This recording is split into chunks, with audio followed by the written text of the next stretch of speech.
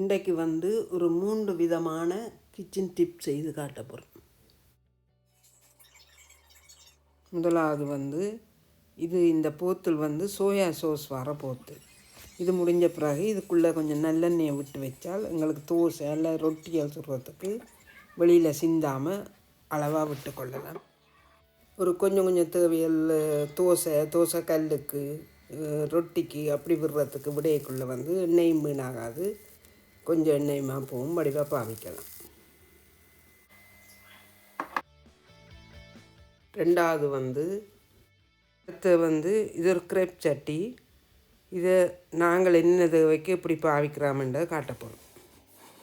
இந்த பெட்டியோட இதில் கீழே இருக்கிற இவ்வளவும் இருக்கும். இது இப்போ நான் வேண்டி ஒரு 4 வருஷம் அப்படி வரும்.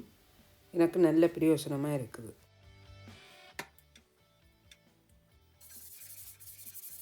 கீழே இப்படி நம்பர்கள் போட்டிருக்குது. எங்களுக்கு தேவையான அளவு வெக்கையை கூட்டி குறைக்கலாம். இதில் ஒவ்வொரு விதமான சைஸுகளும் ஒவ்வொரு விதமான விலையிலையும் விற்குது கடையில். இது நார்மலாக எல்லா பெரிய பெரிய கடவுளையும் இருக்குது.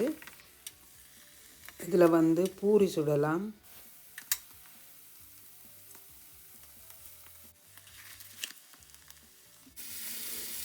தோசை சுடலாம்,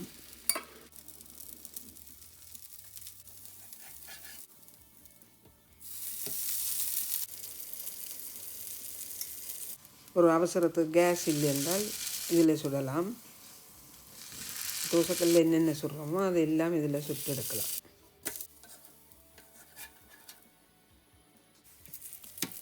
ரொட்டி சுடலாம்,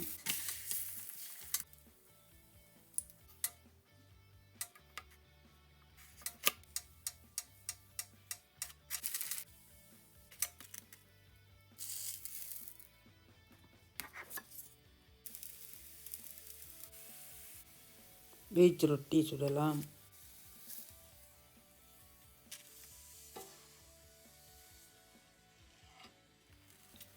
முட்டை பொரிக்கலாம்,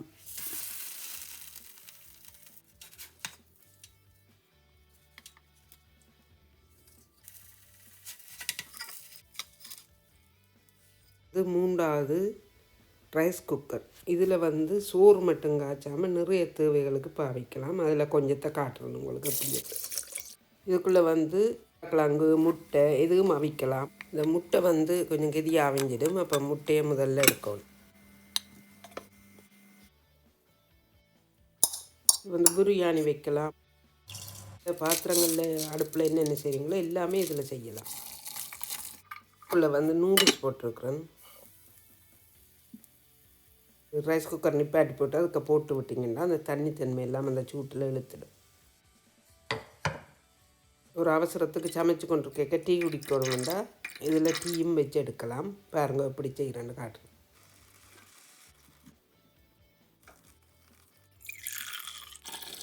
இப்போ பாருங்க, நான் போட்ட தேயிலை சாயம் இல்லாமல் ஊறி நல்ல சூப்பரான ஒரு டீ வந்திருக்குது. இதனால் என் கரையில் அப்படி எது மிஞ்சி இருந்தால் இப்படி ரைஸ் குக்கர் சோறு அரிசி நிப்பாட்டின பிறகு ஒரு கிண்ணத்துக்குள்ளே போட்டு அதுக்குள்ளே வச்சு மூடி விட்டிங்கன்றால் அது இப்போ சாப்பிட சோறு எடுக்க இதுவும் நல்ல சூடாக இருக்கும். இதுக்கண்டு புறம்பா சட்டி எடுத்து அதை சுட வைக்க தேவையில்லை. முதல் நாள் மிஞ்சின சோறு அது ஒரு எல்லாம் கரண்டி அதை கிளறி போட்டு அதுக்குள்ளே கொஞ்சம் தண்ணி விட்டுட்டு பழைய கறி எதுலேருந்து அதையும் வச்சு மூடி விட்டால் ஒரே நேரத்தில் சோறும் கரையும் சுட்டுரும். ரைஸ் குக்கரில் சமைச்சிங்கன்னா அடியில் போய் எரியாது. ஏனென்றால் தண்ணியெல்லாம் வற்ற அது ஆட்டோமேட்டிக்காக நின்றுடும். இது ரசம் வச்சுருப்பேன் இந்த சட்டியில்.